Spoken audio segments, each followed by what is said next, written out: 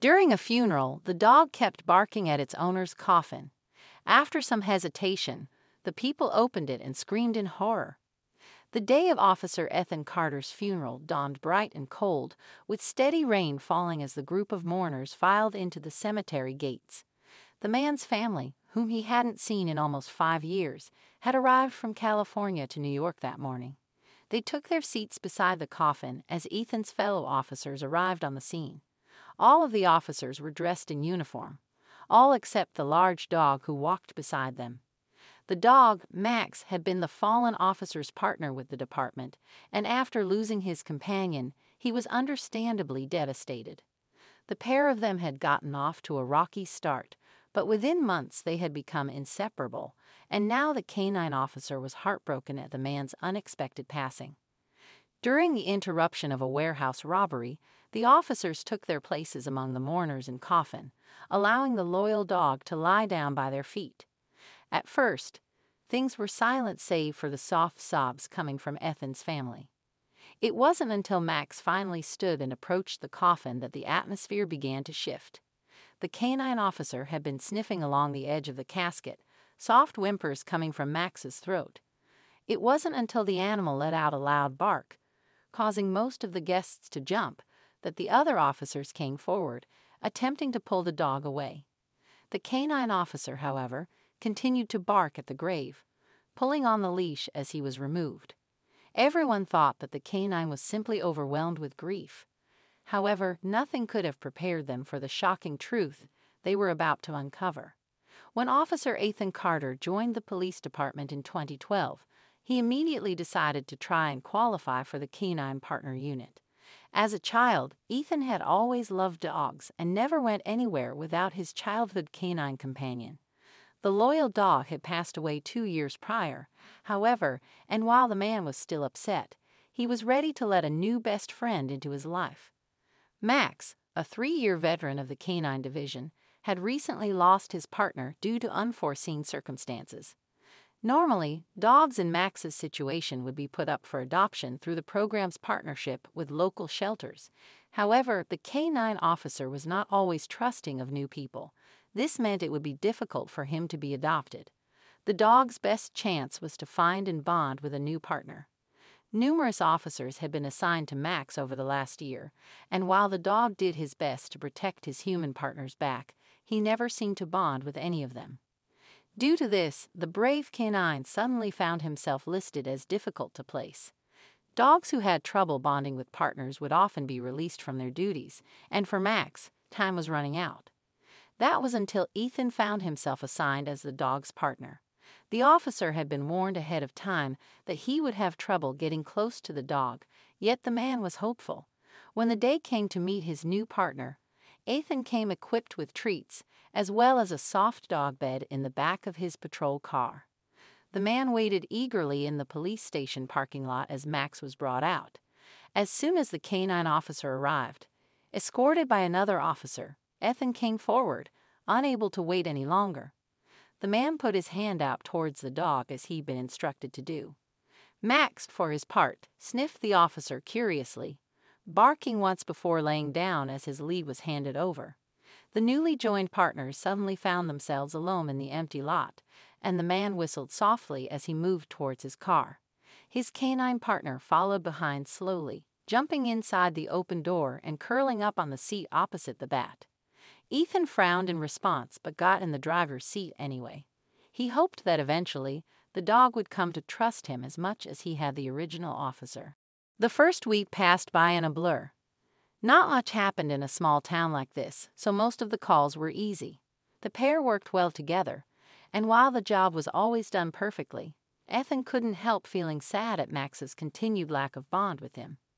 The dog would follow along after the man at every scene, comply with commands, and even eat the food that was provided. However, when it was time to retire from their shift, the canine would head back to the kennels at the station instead of heading home with his partner. Most of the dogs lived with their human officers after shift, yet Max never showed any interest in that. Ethan had gone out of his way to make his house perfect for his canine partner. Though he had moved to the area after graduating college and lived alone, with his family remaining in his home state, Due to this, he had decided to turn his bachelor pad of an apartment into a safe and welcoming area for his new companion. Comfy blankets and a warm bed filled the corner of the man's room, and several toys and treats remained sealed in their packages, awaiting Max's arrival. Everything was ready for when the dog arrived. Yet as the weeks continued to pass with no change, it seemed as if the canine officer would never be ready to join his companion at home. All of this changed, however, about 2 months after the pair teamed up. A call came into the station about a young girl, KT, who had gone missing after a hiking trip. Rescue teams had been unable to locate her, and no one had managed to reach the girl through her cell phone. Ethan and Max were quickly dispatched. The dog had been the top scorer in search and rescue, and everyone was hopeful he would be able to locate the missing girl. As soon as they arrived, rescuers brought forth a piece of the girl's clothing, donated by her parents. The canine officer sniffed it a few times while walking around the area that had been roped off before letting out a bark and running off in the opposite direction. Unknown to the officers and searchers, Katie had altered her plans, taking a trail on the opposite side of the forest. Ethan hurried to keep up with his partner as the dog's leash slipped from his hand. Max was fast, and the man quickly lost sight of him as he raced up the trail. The officer continued to pursue his partner, and after several minutes, a loud series of barks could be heard echoing along the trail. It seemed as if the dog had located Katie. Ethan and the rescuers hurried to catch up. It took the group a few minutes to arrive, and as soon as they did, everyone gasped in shock. There had been a lot of storms in the area recently, and it seemed as if part of the trail had fallen off the side of the cliff and into a ravine. Katie was several feet down. It seemed as if the girl had managed to climb part of the way back up before passing out atop a pile of debris. Max continued to bark until his partner approached, giving him the command to stop. The dog lay down on the ground as his partner approached. Unfortunately, the ground was still soft from the recent slide and began to give way as Ethan placed his weight on it. Everyone gasped as the dog stood back up, letting out a whine as he struggled to maintain his footing on the suddenly shifting ground. The officer acted quickly, however, and lunged forward, grabbing Max by his harness and pulling the canine to safety. Rescue crews quickly moved in, carefully extracting Katie as the pair of officers were checked over by paramedics. Both were fine, and while the girl was dehydrated and had some injuries, she was expected to make a full recovery thanks to the loyal K-9 officer's intervention, as well as his partners. Everyone would go home safe that night. The pair's shift was over for now, and as Ethan opened the cruiser's door for Max, tears filled his eyes. For the first time in 2 months, the dog curled up inside the waiting bed, wagging his tail as the man patted his head. It seemed that he had finally earned his new partner's trust. That night, for the first time since losing his previous partner, Max went home with Ethan instead of sleeping in the station kennel. Over the next year, Max and Ethan continued to grow close, and after 15 months on the job together, it seemed as if the pair were inseparable. All of the other officers who had been unsuccessful in becoming the dog's partner were thrilled for the pair and their unlikely friendship. Things continued to go well for the partners until one late night in July 2013. There had been a string of burglaries over the past few months, and the thieves would target warehouses in the area with little or no security. At first, the group would simply steal products from the storage area, until one night, an unlucky security guard was found shot just outside the warehouse. The robbers were upgraded to dangerous within the department, and catching them became the highest priority. Due to this, Max and Ethan found themselves teamed up with another officer by the name of Michael. He was a rookie who had joined the department a few months prior. With recruitment down and the dangerous gang of thieves on the loose, the department decided to allow the man to help with the warehouse robberies as long as he was accompanied by an older officer. On this particular night, the trio found themselves patrolling a new warehouse that had just opened outside the city limits. The thieves had been getting bolder over the last few weeks, and due to a lack of funds, the warehouse owners had not hired security or installed any cameras. However, the company used the facility to store high-value items, which meant that it was a prime target for the group. The department decided to have the trio wait outside in an unmarked car to watch for any signs of activity. Hours passed by, and just as the pair was about to give up, Max let out a soft growl, and his partner looked up in time to see a dark shape slink away along the side of the building's wall. Ethan quickly signaled to Michael to get out, and the trio approached the building slowly, weapons at the ready. As they crept closer, Michael decided to take the left side of the facility, while Max and Ethan took the right. It wasn't long after the group split up that the canine officer let out another soft growling sound. Officer Carter looked up to see three people dressed in black hoodies attempting to open the back door of the warehouse, and he drew his service weapon carefully, demanding that the group freeze and place their hands in the air. The figures outside the door paused, and for a moment, everything seemed to be going according to plan until Max suddenly let out a yelp, and the sound of gunfire split the air. One of the other thieves snuck up behind Michael as he approached alone, and as the rookie rounded the corner to join his fellow officers, the suspect opened fire. The scene quickly descended into chaos. Ethan had just enough time to radio in a distress call before he saw a man coming at him. By the time other officers arrived on the scene, the group was long gone, and Max as well as his two fellow officers were injured. The group was quickly sent to receive medical treatment, and while the K-9 officers' injuries were not as severe, the department was informed by the hospital that Officer Carter had succumbed to his injuries that night.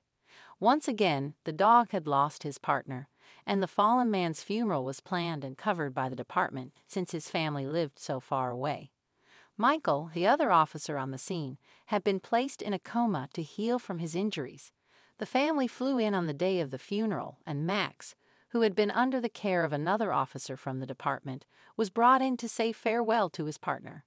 It seemed as if things were progressing as normal until Max began barking at the casket. The other officers, including the canine's new partner, did their best to calm him. However, nothing seemed to quiet the dog. The family was getting more upset now with the clear display of the canine's loyalty breaking their hearts. Despite everyone's efforts, the fallen officer's partner refused to quiet down, and Max's new partner found himself toppling to the ground as the dog yanked free, racing back towards the casket once again. As soon as the canine officer reached him, his bark became frantic, and nothing seemed to calm Max down. No one was sure of what to do until a senior officer stood up and addressed the group over the sound of the dog's barking.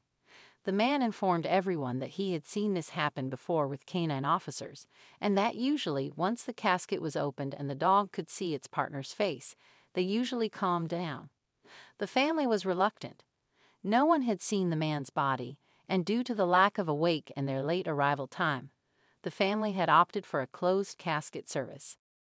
The sounds coming from Max were beyond heartbreaking, and not wanting to see the loyal dog suffer anymore, the fallen officer's mother agreed to open the coffin. A representative of the funeral home stepped forward, and as the lid was lifted, the officer's mother screamed in horror. The body inside the casket was not Ethan Carter, and everyone stood in shock as the woman stood up, demanding to know who this man was and what happened to her son.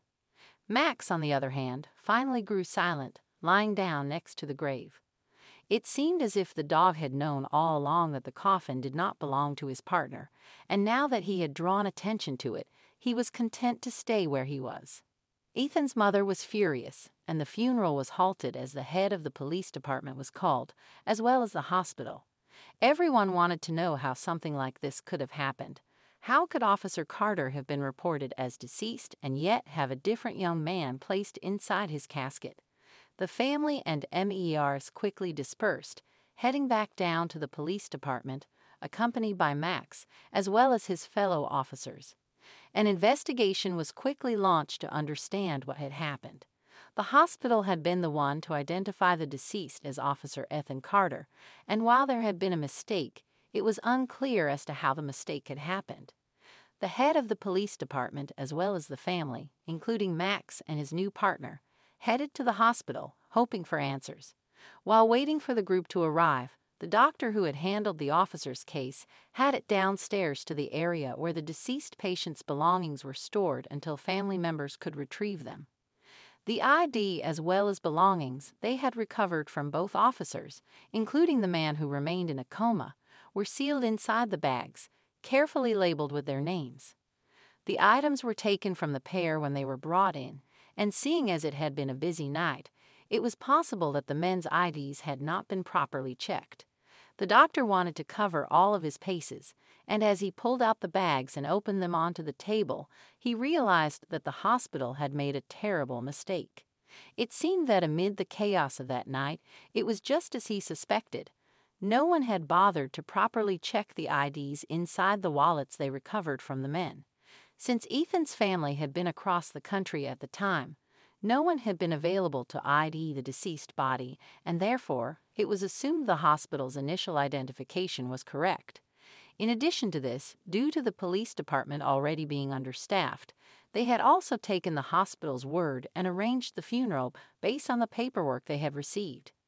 Both officers' families had been contacted. Michael's family had been planning to arrive the day after Ethan's funeral. The only one who had realized the terrible mistake was Ethan's canine partner, and had it not been for Max's determination to get the casket open, the mix-up would not have been realized until the wrong man had been placed in Ethan's grave. Both families were outraged. However, after numerous apologies from both the police department and the hospital, a settlement was reached with both parties. The funeral was held once more, this time for Officer Michael Collins. Everything went according to plan this time, and a month after the warehouse incident, Ethan, who had been placed in a coma under Michael's name, woke up. The man was devastated to learn of what Michael's family had gone through and offered his condolences to his fellow fallen officers' relatives. It took another month for Ethan to properly recover from his injuries. He had been badly beaten by the group of thieves. Max stayed by his partner's side the entire time. The pair are still just as inseparable as they had been before the incident. The next year, Ethan, despite his bad experience with the warehouse thieves, took the recertification test to rejoin his fellow officers. The man passed with flying colors, and he as well as his loyal companion, Max, were back on the job. To this day, the pair remained partners thanks to Max's dedication to his partner. The heartbreaking truth and mix-up were revealed, allowing both Ethan and Michael's families to receive the closure they deserved. What did you think of this story? Let us know in the comments below.